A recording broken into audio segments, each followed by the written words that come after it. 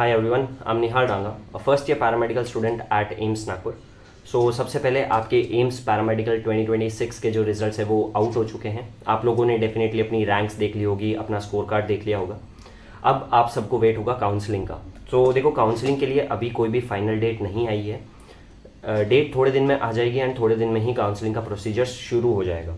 इस वीडियो के अंदर मैं मेनली जो बात करने वाला था वो थी क्लोजिंग रैंक्स के बारे में।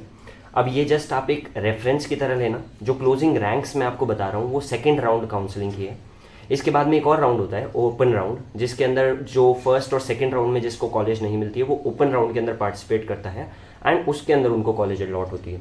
तो ये वीडियो जस्ट आप एक रेफरेंस की तरह लेना। ये जो क्लोजिंग रैंक्स है वो हर साल चेंज होती है, वो बहुत सारे फैक्टर्स के ऊपर डिपेंड करती है, जैसे कि नंबर ऑफ कैंडिडेट्स जो उस साल एग्जाम में अपीयर किए हैं, एग्जाम की डिफिकल्टी क्या थी, रिजर्वेशंस क्या है और बच्चों ने किस हिसाब से चॉइस फिलिंग करी है, उस बेसिस के ऊपर जो क्लोजिंग रैंक्स होती है वो डिपेंड करती है।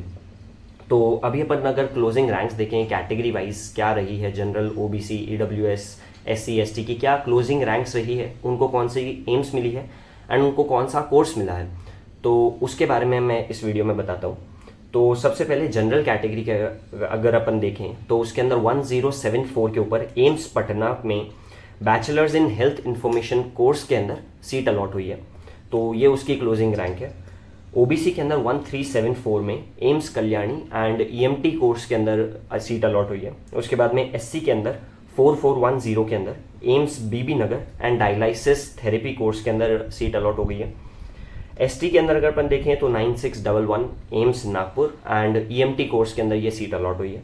ईडब्ल्यूएस के अंदर अगर अपन देखें तो 1657 एम्स कल्याणी के अंदर यूरोलॉजी ओटी टेक्नोलॉजी के अंदर ये जो सीट हुई है ये अलॉट हुई है। तो ये थी closing ranks of second round. उसके बाद में एक और राउंड होता है जिसके अंदर ऑब्वियसली रैंक्स थोड़ी सी हायर होगी। उसके अंदर भी ओपन राउंड के अंदर भी कुछ हायर रैंक्स के ऊपर कॉलेजेस मिलती है। तो ये थी सारी सेकेंड राउंड के बारे में।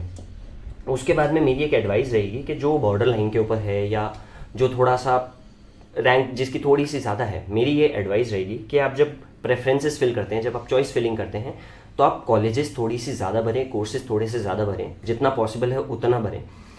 क्योंकि अगर आपकी रैंक ज़्यादा है तो ऑब्वियसली आप ज़्यादा फिल करेंगे तो आपकी chances of getting a college will increase, ठीक है। उसके बाद में आप प्रीवियस ईयर के जो ट्रेंड्स रहे हैं, प्रीवियस ईयर कौन सी रैंक के ऊपर आपकी रैंक कहाँ पे कोलाइड कर रही है, उस रैंक को पिछले साल कौन सी कॉलेज मिली थी, वो चीज़ आप अच्छे से चेक करें।